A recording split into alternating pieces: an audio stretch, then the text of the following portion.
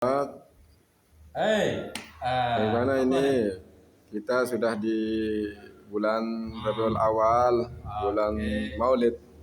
Ah, Gimana menurut Ustadz ah. hikmah bulan Maulid ini? Silakan Oh, jelasin ya.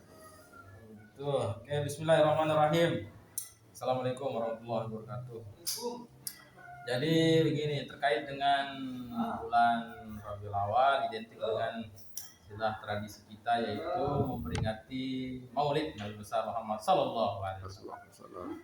Eh, Tradisi Maulid itu sebenarnya tidak hanya memperkenalkan bagaimana kehidupan Nabi Muhammad SAW kepada segenap umat Islam.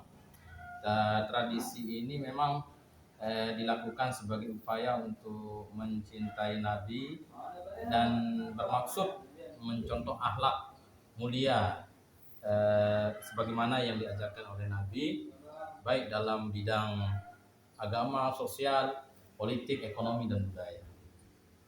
Jadi tradisi Maulid atau lebih kerennya lah melalui majelis Maulid begitu eh, eh, dapat menjadi media solidaritas lintas golongan untuk mewariskan nilai-nilai keindonesiaan. Nah, dengan kata lain, majelis Maulid menjadi sarana aksi kemanusiaan dan solidaritas sosial serta keadilan bersama ya dalam kehidupan bermasyarakat secara majemuk di Indonesia.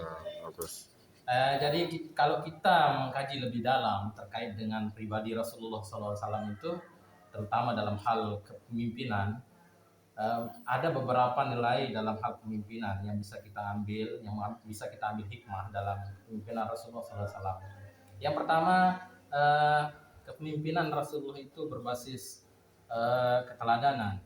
Rasulullah menjadi contoh dalam perkataan, perbuatan, berpikir gitu ya.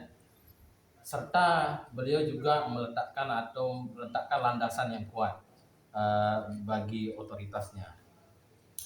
Yang kedua yang bisa kita ambil hikmah dalam pemimpin Rasulullah itu, beliau itu adalah mempunyai kepemimpinan yang inklusif.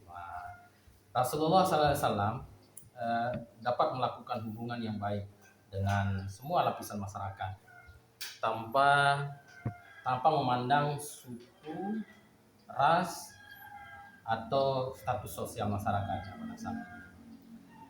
Yang ketiga adalah nilai kepemimpinan berbasis keadilan.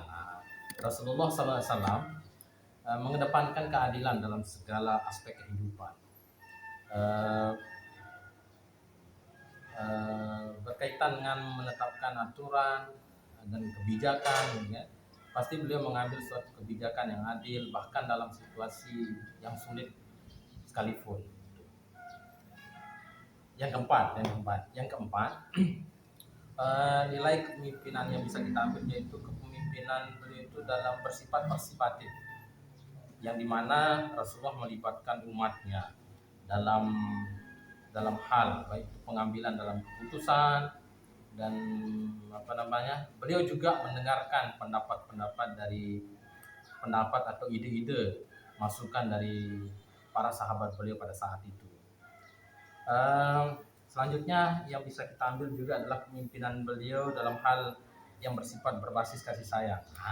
Beliau itu mengedepankan Rasulullah kita kenal sebagai manusia yang paling sempurna. Beliau itu selalu mengedepankan kasih sayang, ucapan yang tulus ketika berhadapan dengan masyarakatnya pada saat itu. Selanjutnya kepemimpinan nilai kepemimpinan yang bisa kita ambil yang terakhir ini, bahwa kepemimpinan beliau itu berbasis tanggung jawab. Terkait dengan hal ini, Rasulullah SAW mengajarkan penting tanggung jawab, baik dalam urusan agama maupun dunia. Beliau memastikan bahwa tugas dan amanah yang diberikan itu dilaksanakan dengan penuh rasa tanggung jawab. Jadi sekiranya kalau kita sebagai pemimpin baik itu pemimpin dalam hal rumah tangga, pemimpin dalam hal masyarakat begitu ya, atau apapun amanah yang diberikan, yang diamanahkan, berusahalah dengan sungguh-sungguh keluarkan energi yang ada dalam diri kita itu dengan sekemampuan kita begitu, laksanakan sudah amanah itu dengan sesungguh-sungguhnya. Jadi itu Ustadz yang bertanya, semoga bermanfaat terutama pada diri saya pribadi begitu. Ya, semoga kita selalu diberi kesehatan, semoga Amin. negara kita damai sejahtera khususnya Amin ya Indonesia, rabbal apalagi alamin. pada saat ini sedangnya jadi dinamika sosial begitu ya. Ya, semoga Indonesia selalu merdeka, Amin. merdeka, Merdeka. aman, damai, sejahtera. Wassalamualaikum warahmatullahi wabarakatuh. Waalaikumsalam warahmatullahi wabarakatuh. Terima kasih jazakumullah atas Oke, penjelasannya siap. Ustaz. Oke, Yang mantap. akhiri video saya ini ya. Oke, siap. Assalamualaikum Mantap, warahmatullahi mantap. wabarakatuh.